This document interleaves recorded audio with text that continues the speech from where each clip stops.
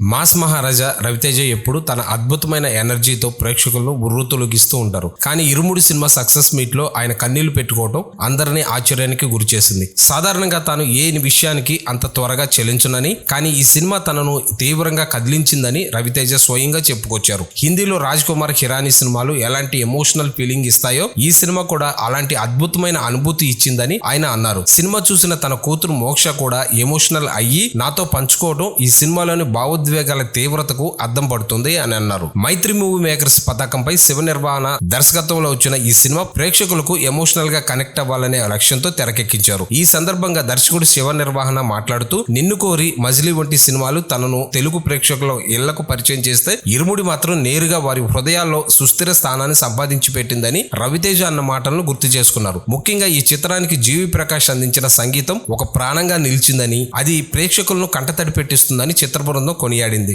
ఇక కలెక్షన్ల విషయానికి వస్తే సినిమా విడుదలైన అతి తక్కువ రోజుల్లోనే లాభాలకు రావటం పట్ల నిర్మాతలు ఎంతో ఆనందం వ్యక్తం చేస్తున్నారు. గత 20 ఏళ్లుగా అసలు థియేటర్లో ముఖం చూడని వారు సైతం ఈ సినిమా కోసం మళ్లీ థియేటర్లకు వస్తున్నారని, గత 50 ఏళ్లలో ఇలాంటి రికార్డును తాము చూడలేదని డిస్ట్రిబ్యూటర్లు చెప్తున్నారు. ప్రియా భవానీ శంకర్, బేబీ నక్షత్ర, సాయి కుమార్ కీలక పాత్రలో నటించిన ఈ సినిమా షో ప్రేక్షకులకు ఖచ్చితంగా ఒక గొప్ప అనుభూతిని ఇస్తుంది. మరి మీరు ఈ సినిమా చూసారా? మీకు ఎలా అనిపించిందో కామెంట్లో చెప్పండి.